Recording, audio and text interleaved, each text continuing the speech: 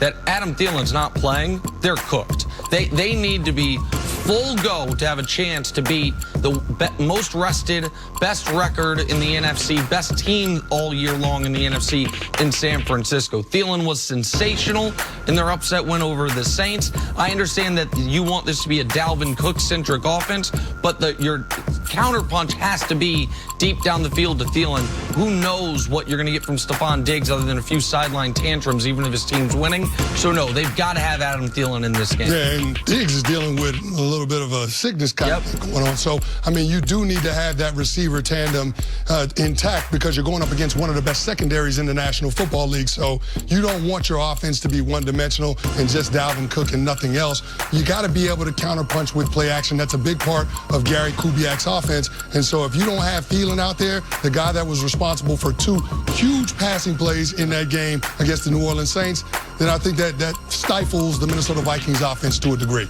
1,000%. All right, the Titans will be in Baltimore to face the Ravens tomorrow night. Lamar Jackson has put together quite a sophomore season, but despite his MVP numbers, he says last year's playoff loss continues to motivate him this year. Well, now he gets ready to face a red-hot Tennessee team coming off that big win over the Patriots. Nick, will Lamar's MVP magic continue against the Titans this weekend? Well, that, Jenna Wolf, is the question that will determine the entire NFL playoffs. Will Lamar continue to be the player in the postseason he was in the regular season? If the answer is yes, then I'd like to congratulate the Baltimore Ravens on their 3rd Super Bowl championship since they went to Baltimore, because then no one's going to beat them. If Lamar is the same guy in the postseason, then you can't beat this team right now. Since week 6, they have a top 2 defense in football. Over the course of the year, they have a top 5 defense in football. The Marcus Peters trade energized them. Earl Thomas took him a few weeks to kind of get his sea legs beneath him, being with the new franchise for the first time in his career, and now he's back to being Earl bleeping Thomas. And Mark Ingram's dealing with an injury, but he returned to practice. That if the Ravens continue to do in the postseason through Lamar what they did in the regular season, then you have no viable path to victory. Now, what do I think will happen? I think Lamar will be good in the playoffs. I do not think he will be the MVP of the playoffs. I think that you will have a number of factors. One is his lack of playoff experience. Another is the ability for teams to drill down specifically. The Titans have known if we beat the Patriots, they knew they were playing Baltimore no matter what, because they're the 6th seed. It's the only round 2 game they could play. I guarantee you've had coaches on that staff since week 17 preparing for Baltimore, preparing to deal with this very unique offensive scheme, what Greg Roman's doing with Lamar. And I would imagine what they are going to do is say, we will tip our cap to you if your receivers beat us, but we are going to put all of our attention on the middle third of the field. We're going to put all our attention on your running game and on your tight ends. And if Willie Snead and Hollywood Brown have huge games, which simultaneously they haven't had huge games all year long, then we're going to lose. But the question will be, if that is what they give you, can Lamar make those throws consistently? We know he has the ability to. It's no longer a question, does he have the ability to throw the ball down the field?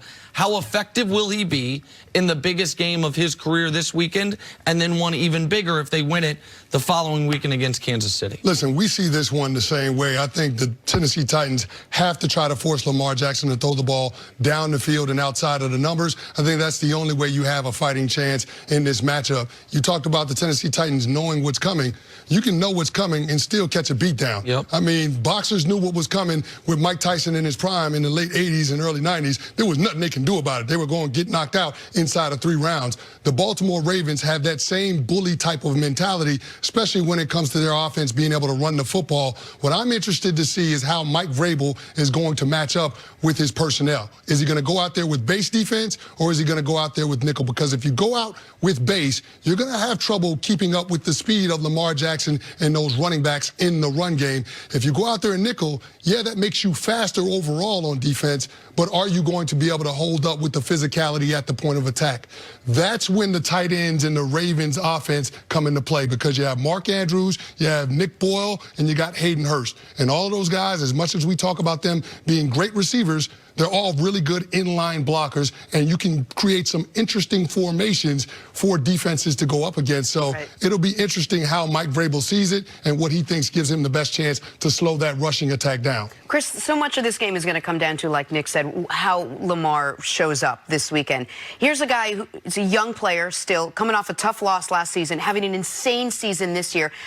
As a player, what's the week like for him? How do you quiet all that noise and prepare for arguably the biggest game of your entire career? Well, here's the thing. I think him having that experience in his rookie year is going to pay dividends now. Even though it was a negative experience? Even though it was a negative experience, because he actually got to feel it, the intensity, the overall speed of the game in the playoffs. It all ratchets up a notch because it's win or go home. So having that understanding and knowing what those emotions are going to feel like when you come out there, I think there's nothing that can prepare you for it unless you've actually been out there and you've done it. And so I think it's a tremendous advantage for the Ravens to have him have that experience in his rookie year, because now I just feel like the group around him is tailor-made to fit his skill set, and he's in a position now because of the experience and because of the confidence that he's gained from his regular season performance that you can go out there and get the best version of Lamar Jackson. And the other question is going to be about rust. Lamar's played 2 games since December 13th.